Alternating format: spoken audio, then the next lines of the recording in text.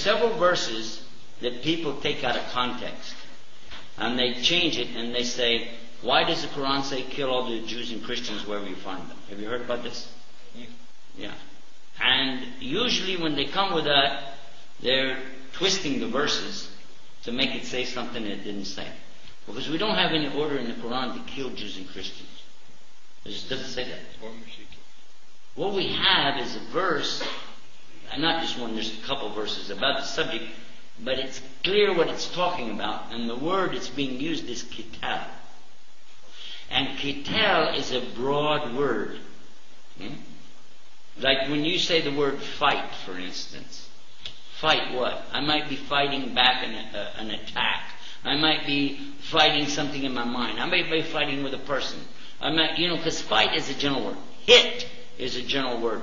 Like hit the point, or hit something, or hit you with an idea. So these are general terms. So you have to know specifically what did it mean. The word qital, which is used in those verses, actually is dealing with something called combat. In English, combat. And what it starts out in the first time the first reference comes is in response to some questions that were being asked to Muhammad sallallahu alaihi wasallam. They asked, who asked him was his companions.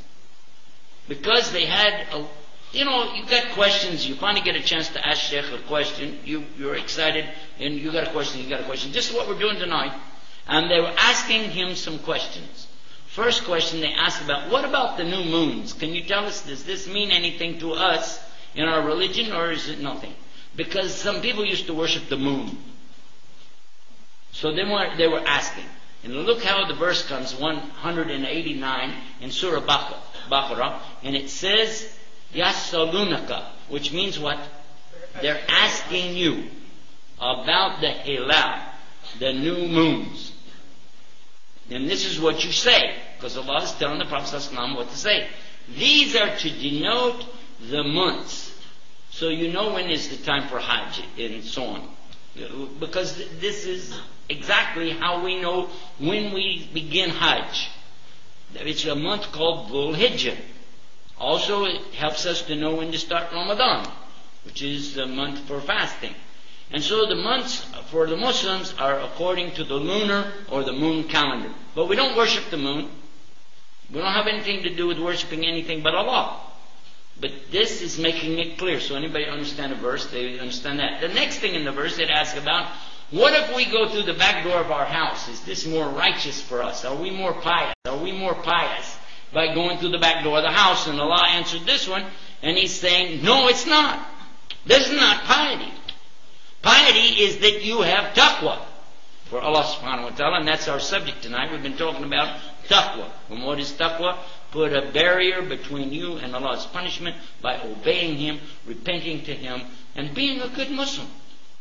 Okay? And then it continues to the next verse, 190, and it says, now giving them the permission to do what they couldn't do for 13 years. Which was to engage in combat. Now usually the translation says fight, but it is a fight which is combat. It's not a fight where they're going to like wrestling or boxing. No, it's a fight with swords. And it was an order for them, now you can engage in combat against them if they engage in combat against you. Because what had happened for several times, they had gone all the way from Medina to Mecca. Now if you walked all the way from Modesto to Los Angeles, walking, and you got there and you wanted to go to Disneyland, and when you got there they said, we're not going to let you in, you got to go back. Would you be happy? No. And this is more important because it's not Disneyland. This is something to fulfill obligation, which is the Holy Land pilgrimage for the Muslims. Similar to like Christians used to do this when they used to go to the Holy Land, this is the same for us to go and make pilgrimage. But they wouldn't let them in, and they promised, but come back again another year, okay, blah, blah, blah. And when they go back, they did it again. We're not going to let you in. And they couldn't fight them. It was not permissible. But now they got the permission. If they start a fight with you, then you can fight them. But if they stop, you have to stop. So Allah put a limit. Before, Arabs never had any limit. Never. They had a 40-year war over a camel race where they killed each other and killed each other and killed each other. It was horrible. So Allah didn't need to tell Arabs how to engage in combat. Arabs are born knowing how to fight. In fact, I think some are born with a rock in their hand. I don't know. Anyway. But this was a big test. We were talking about tests. A big test for the Muslims was not to fight for 13 years while they watched their own relatives, who were called mushrikeen, pagans, idolaters, those who set up partners with Allah in worship, those bad people who had driven them out of their homes, stolen their property, abused them, cursed them, even raped their women, even beat them up, even killed them. They did all of these things to the Muslims. Muslims couldn't fight back.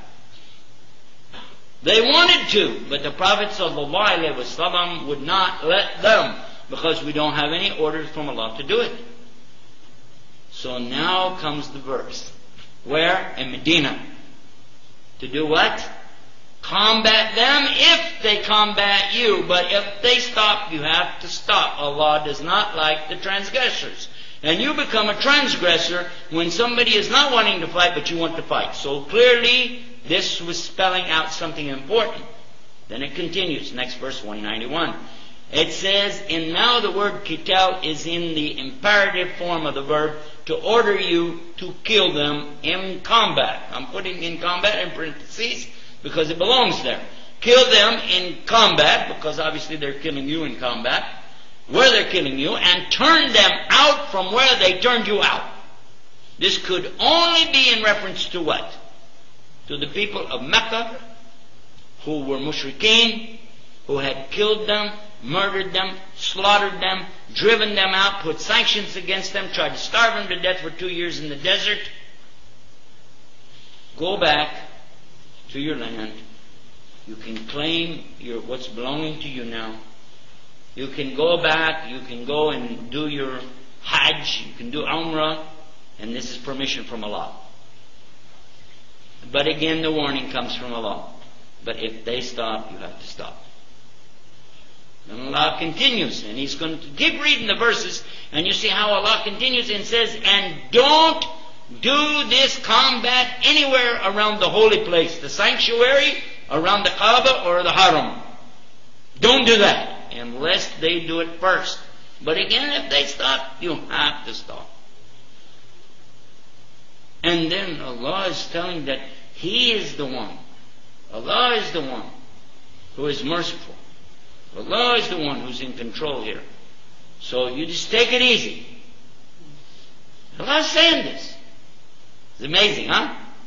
Now go to chapter 9, Surah At-Tawbah, and I think it's like verse maybe 30, read 34, 35, and 36, and you'll see the context is the same. It starts again talking about Hajj, talking about when Muslims go for the Hajj, and then again talking about qital and combat. So it's essentially the same thing.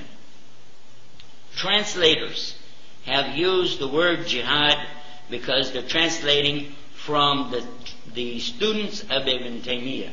Ibn Taymiyyah was one of the greatest of the scholars of his time, and also he was well known for being involved in jihad and fighting a lot against the mushrikeen who came from the Mongols.